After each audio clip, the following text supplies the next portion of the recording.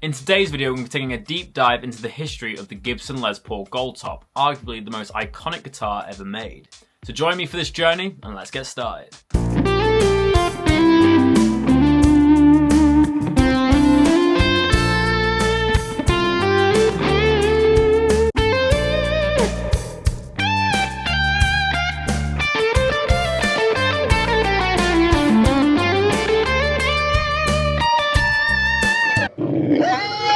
Hey guys, welcome back to Squealing Pig Guitars, the home of luxury shred machines here in Nottingham, England. My name is Ben Keightley, I'm your presenter today. I've been playing guitar for 10 years, 5 of those professionally, and today I'm going to be taking you back to 1952, the year that the Gibson Les Paul Goldtop was invented. This was the first time that we saw the Gibson Les Paul model, as well as the beautiful Goldtop finish on a Gibson guitar.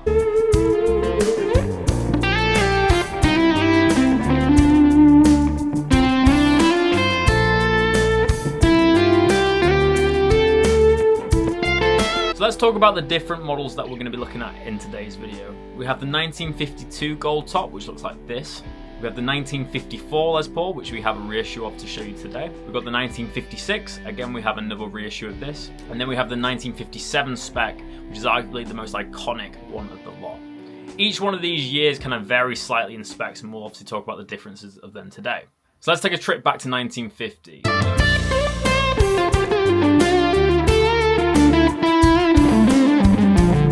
When Fender released the Telecaster in early 1950s, it lifted off with intense speed, dominating airways and eyeways as the electric guitar, the first of its kind as a solid body. It was difficult to see a decent competitor arriving on the scene anytime soon, but Gibson enlisted the best of the best to create a competitor. The Goldtop's body was designed similar to basic Spanish guitar shapes, immediately suggesting a connection to the timeless intention that was lacking in the early electric guitar world. But it was the finish that captured the attention of the people. The original Goldtops were finished with a bronze powder-based paint to achieve the rapturous, deep gold appearance that made them a smash hit. Construction of the early 1952s did find that some of them were without bound fingerboards, but they had the main construction we expect for a Les Paul: a mahogany body with a maple top, mahogany neck, and a rosewood fingerboard.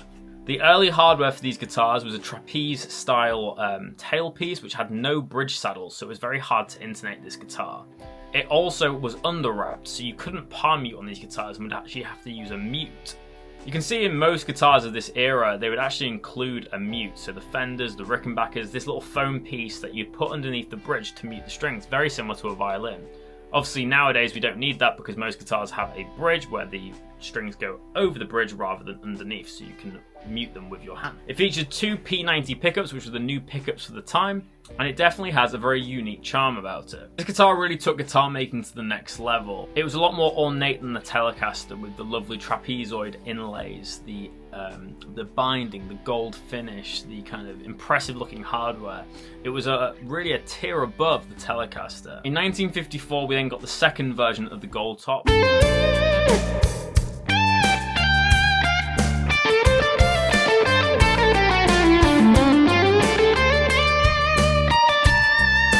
The only real difference between this to the 52 was the tailpiece that they used. They used a wraparound stop bar tailpiece, which was cheaper to manufacture.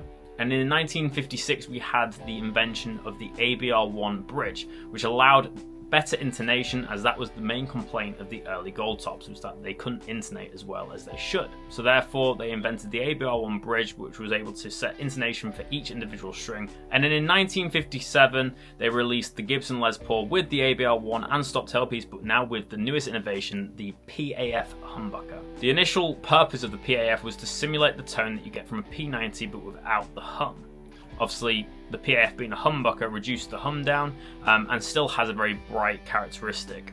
I find when you hear the 57s, they do have a very bright character that do sound very different to the 58s and 59s. One of my favourite things about these Goldtops is the size of the necks. You have a very thick baseball bat-like neck, which is very comfortable to play. You found that the 57s came in two finishes on the back. It was the natural or a dark back. Today we're lucky enough to have a Murphy Lab dartback, so we'll make sure to show you some of that today. So guys, I've sat down now and we'll be doing a little bit of a tone comparison between the three models, the 54, the 56 and the 57. I'm going to cut in between these. I'm going to play the same lick on each guitar. So I'm starting off with a little bit like a fuzzy tone, got a bit of a Germanium fuzz thing going on, so let's hear it.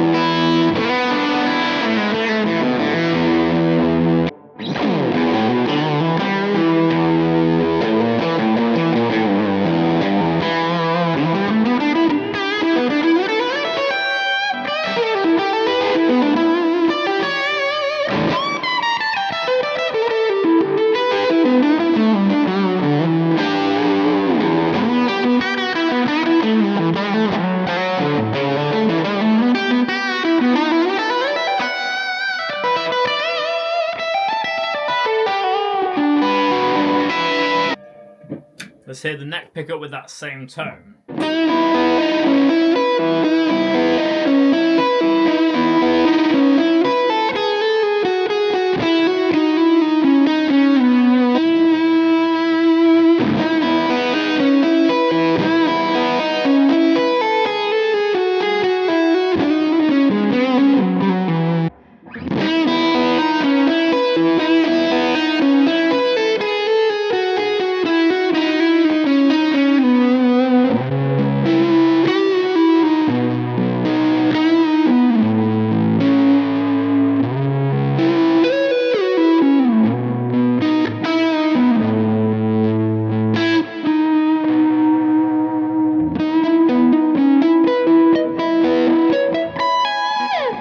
So now I'm going to do the same again, but now clean tones.